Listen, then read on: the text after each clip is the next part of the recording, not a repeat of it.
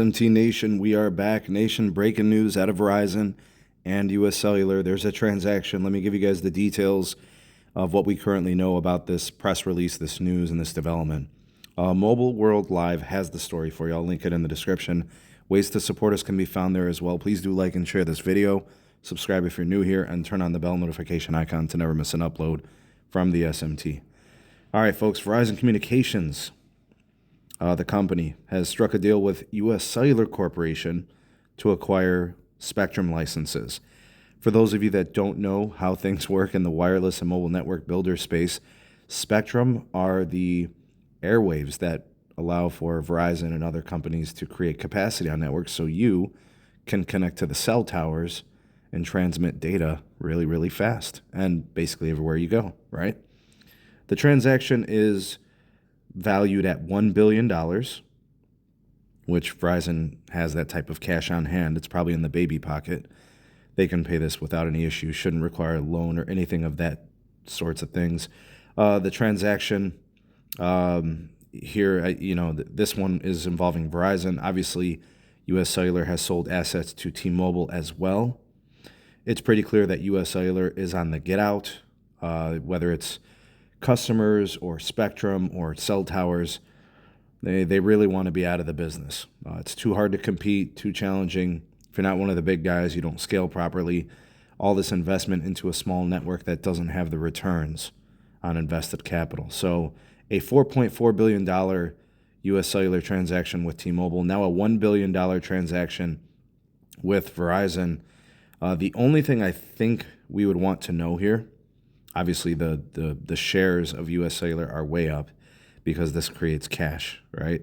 But the only thing we need to know is what frequencies and how much bandwidth, right? Because US Cellular does have a pretty diverse portfolio. They have low band, they have mid band. They might also have some millimeter wave as well. But being that it's a $1 billion transaction, as opposed to T-Mobile, which came in at $4.4 billion, tells me that they're probably getting a lot less bandwidth and probably some lesser valuable frequencies. So I have to look that up. I have to see which frequencies they're getting, because that kind of matters. Some people, their opinions that Verizon doesn't have enough low band, so that may have been involved here. I think they do have some 700 megahertz licenses that could have been involved in this. I think obviously the PCS, the band 2, I think the AWS as well, seems like that could be a thing. So I don't know. I gotta look at that. I gotta see which frequencies, how much bandwidth, and what it does for Verizon. But I can tell you guys, Verizon's looking for a synergistic type of transaction where they probably don't want to have to install new radios for the frequencies. So I'd assume it's probably in those traditional lower mid bands like PCS, AWS, and probably the 700. I do think US Cellular has some C-band, but it probably wouldn't be sold for $1 billion. That's some very, very valuable stuff. Anyways, I'll do a follow-up video when I get that information. I'll be for sure to give you guys the updates, and we'll kind of do an analysis on which frequencies and what it does for Verizon and their customers. But that's really it. Oh, I found it actually. Okay, that's good. The deal involves the sale of 663 million megahertz pops. It's the 850, which is low band, and I think 11 million megahertz pops in AWS, right? So that's some key markets, but it's the low band there. It's the 850.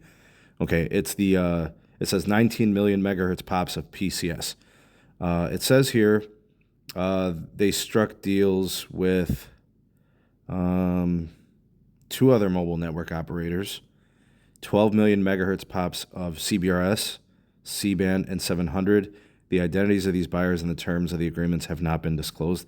That sounds to me like it's AT&T or Dish. I'm gonna say AT&T, not Dish. Okay. All right, so we got all the data we need, actually. I'll do an analysis video of this, but I can tell you guys right now, Verizon securing that 850 means they could probably put that low band on SA 5G. That's going to be huge. The other stuff they're probably going to put to LTE for now to kind of provide more capacity for the LTE network for the time being. That will eventually be moved to 5G here in the next few years too. But yeah, this is big news, big stuff here. Anyways, we'll talk more about this on the live stream and the podcast. You guys can stay tuned for that. But tell me your thoughts and opinions on this. You are the voice of the people, the SMT Nation. Let your voice be heard.